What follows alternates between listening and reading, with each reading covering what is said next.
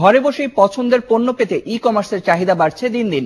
আর এ চাহিদাকে কেন্দ্র করে ছোট বড় কোম্পানি ঝুঁকছে ইন্টারনেট ভিত্তিক ব্যবসায়ের দিকে। তবে পণ্য ও অর্থ লেনদেনে গ্রাহকদের এখনো খানিকটা ভীতি রয়েছে বলে জানিয়েছেন এ খাতের ব্যবসায়ীরা।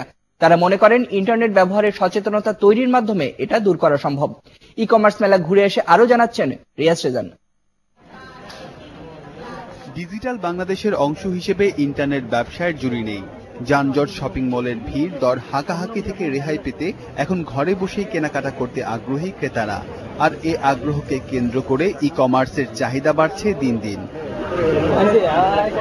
দৈনন্দিন বাজার সদাই, ইলেকট্রনিক পণ্য, জামা, জুতা, বাসের টিকিট, এমনকি কোরবানির গরুও পাওয়া যাচ্ছে অনলাইনের মাধ্যমে। জ্যামের কারণে মানে একটা 5 মিনিটের রাস্তা যেতে সময় লাগছে প্রায় ঘন্টাখানেক। সো এই কারণে আমরা চাচ্ছি যে মানে ডোর স্টেপের মধ্যে যেন এই সার্ভিসগুলো থাকে। মানুষের যদি বিশ্বাসটা আমরা আনতে না পারি কোয়ালিটি প্রোডাক্ট না দিয়ে, তাহলে আসলে ই কমার্সকে বাংলাদেশে টেকানো সম্ভব না। ট্রেন্ডটা চেঞ্জ হচ্ছে খুব রিসেন্টলি, মানুষ পুরোটাই অনলাইন নির্ভর হয়ে যাবে। নানা প্রতিকূলতার কারণে স্বনামধন্য অনেক প্রতিষ্ঠানের পণ্য দেশের প্রত্যন্ত অঞ্চলে পৌঁছানো সম্ভব হয় না। ইলেকট্রনিক বাণিজ্যের মাধ্যমে এই প্রতিবন্ধকতা দূর করা সম্ভব হবে বলে মনে করেন ব্যবসায়ীরা। জেলা শহরের কাস্টমারদের কথা মাথায় রেখেও অনলাইনের ওয়ান অফ দ্য পয়েন্ট ও তাদের কথা মাথায় রেখে অনলাইন চালু হয়েছে।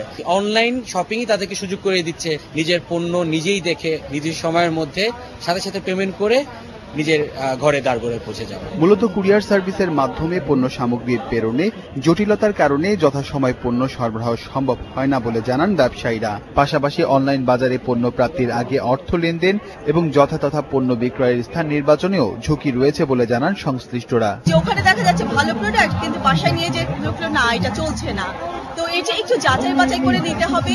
আর আরেকটা বলবো যে যখন আপনারা এই যে যাচাই বাছাই করবেন বা আদান প্রদান করবেন জিনিসের, তখন একটা সেফ প্লেস বেছে নেবেন। ইনফরমেশন যেটা দেওয়া হয়, ধরা যাক আপনার কার্ড নাম্বার হতে পারে অথবা অ্যাকাউন্ট নাম্বার হতে পারে, সেটা আসলে আপনি দিচ্ছেন ব্যাংকের পেজে।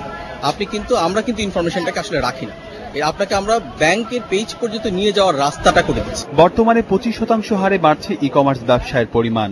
ডিজিটাল বাংলাদেশ গড়ার লক্ষ্যকে সফল করতে এ বাজারের আরো দ্রুত সম্প্রসারণ জরুরি বলে মনে করেন খাত সংশ্লিষ্টরা। রিয়াজ রেজান, 71, ঢাকা।